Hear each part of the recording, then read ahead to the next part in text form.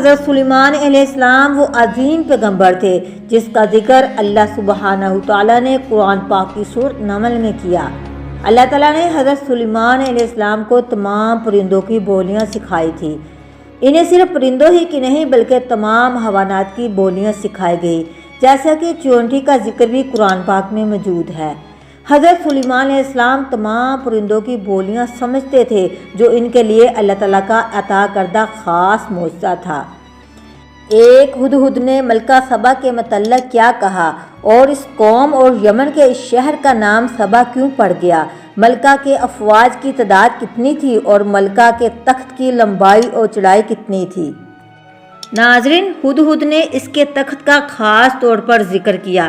اس سے معلوم ہوتا ہے کہ اس تخت میں کوئی ایسی خوبی تھی کہ سلیمان علیہ السلام جیسے شان و شوکت والے بادشاہ کے رہنے پر ہدہد نے اسے عظیم قرار دیا۔ بعض مفسرین نے اس کی لمبائی اور چڑھائی کرتے ہوئے فرمایا کہ وہ 80 ہاتھ اور 120 فٹ لمبا اور 40 ہاتھ اور 60 فٹ چوڑا تھا۔ بھلا ایک عورت کو بیٹھنے کے لیے اتنے لمبے چوڑے تخت کی کیا ضرورت تھی؟ اس کے جواب میں یہ ہے کہ عظیم سے مراد یہاں قدر و قیمت میں عظیم ہونا ہے، نہ کہ لمبا چوڑا ہونے میں عظیم ہونا۔ اس کا نام سبا کیوں پڑ گیا؟ فروہ بن مسیق مرادی رضی اللہ تعالیٰ عنہ بیان کرتے ہیں کہ جب سبا کے بارے میں آیات نازل ہوئی تو ایک آدمی نے کہا، یا رسول اللہ، یہ سبا کیا ہے؟ کوئی زمین ہے یا کوئی عورت؟ آپ صلی اللہ علیہ وسلم نے فرمایا، وہ نہ زمین ہے نہ عورت، بلکہ عرب کا ایک آدمی تھا جن کے ہاں 10 بچے پیدا ہوئے، ان میں سے 6 یمن میں چلے گئے اور 4 شام کو چلے گئے۔ پھر بعد میں اس قوم کا اور یمن کے اس شہر کا نام سبا پڑ گیا۔ ناظرین، یہ شہر یمن کے موجود دارالحکومت صنعا سے تقریباً 25 میل کے فاصلے پر واقع تھا۔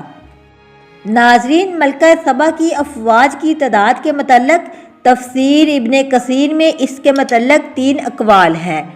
ابن ابی حاتم ابن عباس سے بیان کرتے ہیں کہ سلیمان علیہ السلام کے معاملے والی خاتون کے ساتھ 1000 سردار تھے اور ہر سردار کے تحت 1,00,000 جنگجو تھے، کل تعداد 10 کروڑ ہوئی۔ مجاہد نے کہا کہ ملکہ سبا کے تحت 12,000 سردار تھے اور ہر سردار کے تحت 1,00,000 جنگجو تھے، کل تعداد 1 ارب 20 کروڑ ہوئی۔